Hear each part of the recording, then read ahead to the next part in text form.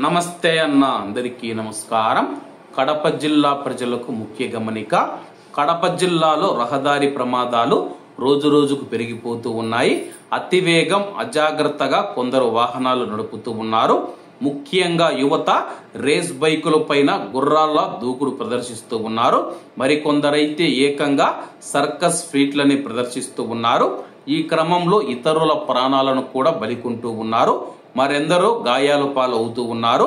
నిబంధనల ప్రకారం జాతీయ రహదారులపైన 80 కిలోమీటర్ల కంటే ఎక్కువ వేగంతో వెళ్ళకూడదు.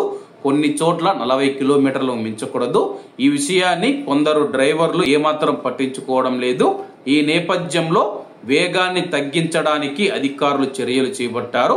జాతీయ రహదారులపైన వేగాన్ని నియంత్రించేందుకు రవాణా శాఖ ఆధ్వర్యంలో స్పీడ్ లేజర్ గన్లతో రోడ్డు పక్కన నిల్చుని వచ్చిపోయే వాహనాలను అధికారులు తనిఖీ చేస్తూ ఉంటారు.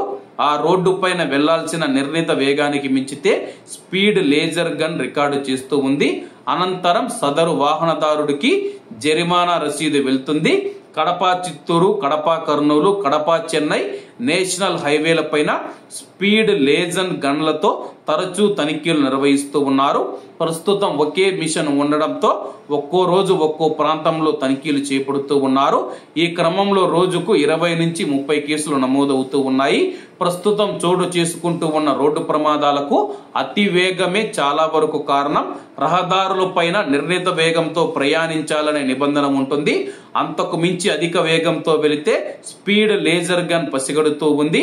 ఆ వివరాలతో కేసులు నమోదు చేస్తూ ఉన్నాము.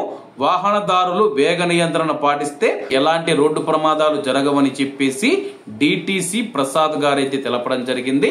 కాబట్టి అందరూ బాగుండాలి, అందులో మనం ఉండాలి. అందరికీ నమస్తే అన్న. జై హింద్.